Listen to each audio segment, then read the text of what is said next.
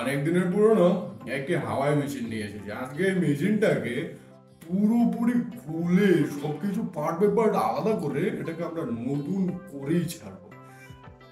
একে একে নাটগুলো খুলছি, ভিতরের পার্টস পাতিগুলো খুলছি খুলছি খুলছি। এবার পুরো কেচিংটাকে আলাদা করার পালা। সবগুলোকে খুলবো খুলবো খুলবো।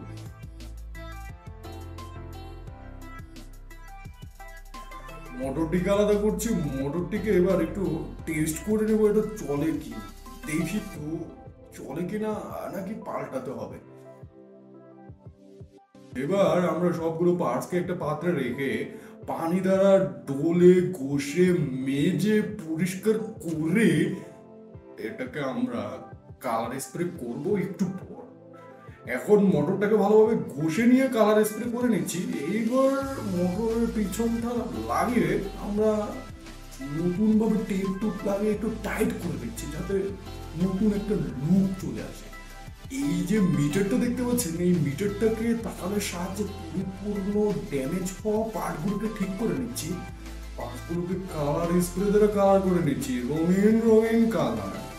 এই তো এটাকে কালার করছি, কি যে মাখন লাগছে। এবার এইটাকে ফিটিং করার পালা। এইটাকে একে একে জায়গা মতো রেখে ফিটিং করছি। মোটরটিকে মোটরের জায়গায় রেখে ভালোভাবে টাইট করে ফিটিং করে নিচ্ছি। এটাকে পজিশন মতো রেখে নাটটা ঢুকিয়ে দিয়ে যেভাবে লাড়াচাড়া দিয়ে টাইট করছি না, তাহলে সাহায্যে সবগুলো পার্ট জোড়া দিয়ে একে একে ভিতরে ইনস্টল করছি। এই তো রেগুলেটরটা ফিটিং করে নিলাম। এটা দিয়ে কমাবো বাড়াবো, হাওয়া কম বের হবে আবার বেশি বের হবে।